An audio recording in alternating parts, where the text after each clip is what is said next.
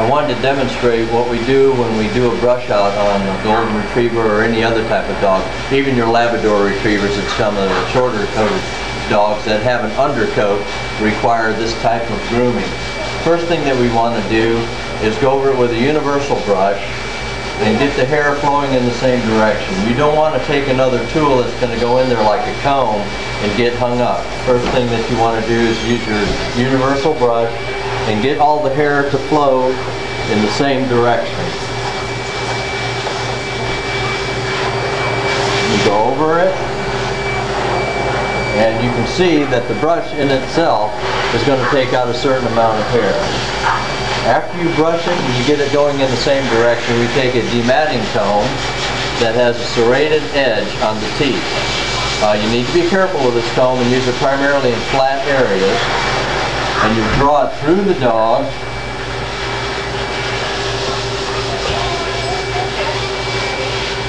And this will penetrate all the way down to the skin.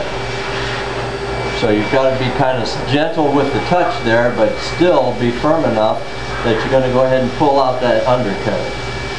You continue to do that all over the dog. Now this area here is probably going to take, if I were to go start to finish on this area, about 15 minutes to thoroughly brush it out, 10 to 15. So in doing the whole dog, you know that it's probably going to take an hour. So this is just sort of explaining some of the cost. Then they've got to go to the bath. After you've used this tool, which is our second tool, you can check your work with a rake. You use it just like you do a hoe in the garden. And you can see that this is meeting even more resistance and has a function too. So even though the other one went through, you can follow it up with a tool where the pins are closer together, so consequently it's going to pull out more hair. And then as the last resort, we go to the stripping comb, and the stripping comb takes out even more. Now this is the one that really takes out the undercoat, as you can see. I've only taken 2 pulls with it, and look at the hair that comes out. This is the ideal tool that's come out within the past couple of years. We're using this on our Labrador retrievers, on short-coated dogs such as your bird dogs, German shepherds, and then of course, as I'm demonstrating here, on any of your undercoated dogs that are like the golden retriever. And it does a wonderful job on pulling out that undercoat.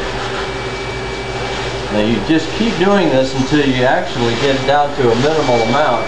It's going to pull out the undercoat and hopefully leave the longer primary coat.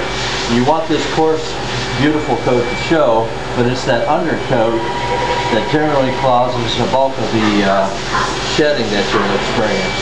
Plus, once you thin this undercoat out, then the dog's coat is going to breathe better, and as far as being healthier and cooler in the summer, that's great. So you can have a long coat, get rid of the undercoat, and still maintain that through the summer. You don't necessarily have to get that full haircut. Once you've done this, you check your work with a comb, always. This is the final step that you want to do in a brush out before they go to the bathtub. And you can see that we even get more hair with that. So it's probably a 4 or 5 step process with a variety of tools.